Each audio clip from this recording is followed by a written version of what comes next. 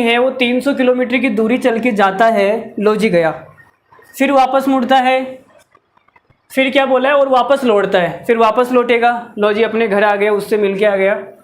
बाहरी यात्रा के लिए उसके द्वारा लिया गया जो समय है, बाहरी यात्रा के लिए उसके द्वारा लिया गया समय वापसी यात्रा से लिए गए समय से 5 घंटे अधिक है।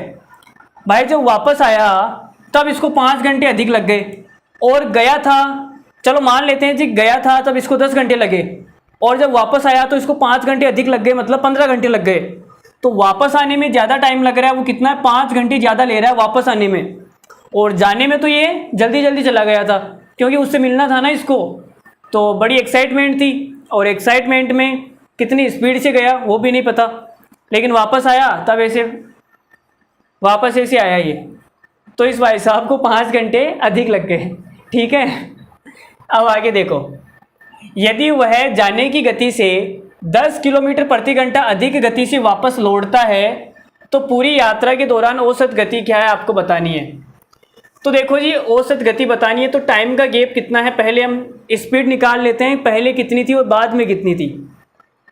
तो सवाल एक बार वापस पढ़ लेते हैं। बाहरी यात्रा के लिए उसके द्वारा लिया गया समय वापसी यात्रा से लिए गए समय से 5 घंटे अधिक है। ओह सॉरी, हमने गलत पढ़ लिया। बाहरी यात्रा के लिए 5 घंटे अधिक थे, मतलब जब गया तब 5 घंटे अधिक लगे, आया तब 5 घंटे कम लगे, ऐसे है कुछ, है ना। वो मजाक मजाक में आपसे कुछ और बोल दिया। तो देखो, देखते हैं क्या है, स्पीड का गैप कितना है। तो यहाँ से आप देखेंगे स्पीड का गैप, ये हम देखेंगे स्पीड का गैप, और टाइम का गैप कितना है, टाइम गैप। तो ये हो गया टाइम का गैप, ठीक है। तो इसको जब ये गया तब इसने 5 घंटे अधिक लिए, तो टाइम का गैप है 5 घंटे। और ये बोल रहा है यदि जाने की गति से 10 किलोमीटर प्रति घंटा अधिक गति से वापस आया होता, लौटता, तो स्पीड का गैप है 10। अब कितना आना चाहिए, 300 आना चाहिए डिस्टेंस।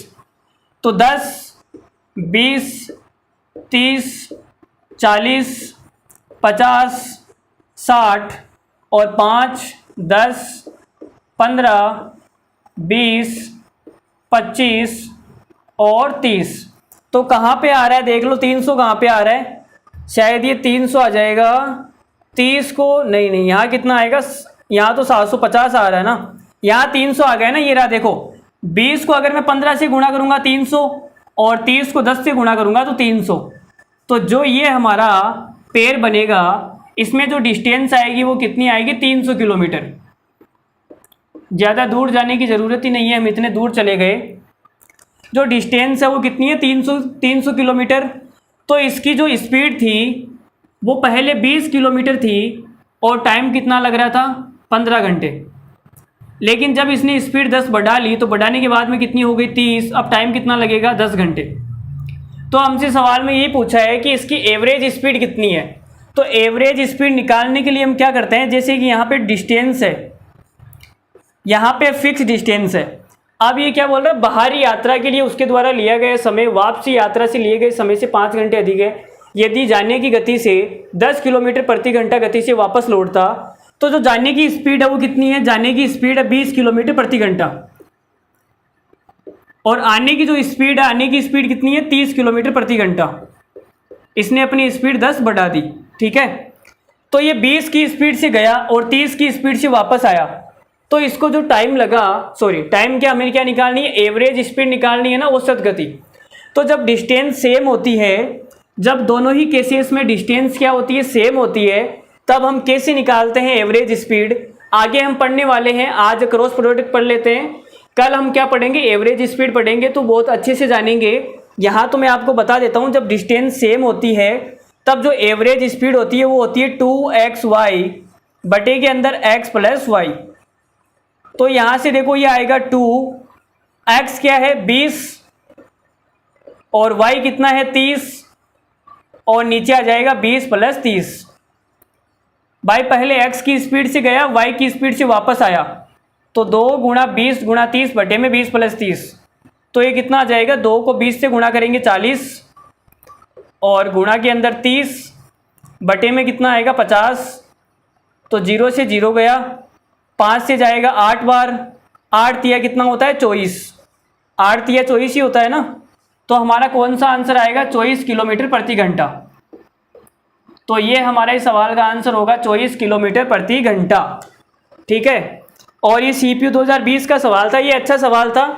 इसमें हमसे ये भी पूछा गया था, दोनों स्पीड पूछी गई थी और एवरेज स्पीड भी हमको निकालनी थी। तो एवरेज स्पीड जब हम आगे पढ़ेंगे तब आपको मैं बड़े डिटेल से समझाऊंगा कि ये जो फॉर्मूला है, ये फॉर्मूला आया कहाँ से। ठीक है, फिलहाल के लिए तो आप याद कर लो 2xy बटे के अंदर x plus Y. Average speed का फॉर्मूला क्या होता है, 2xy बटे के अंदर x प्लस वाई।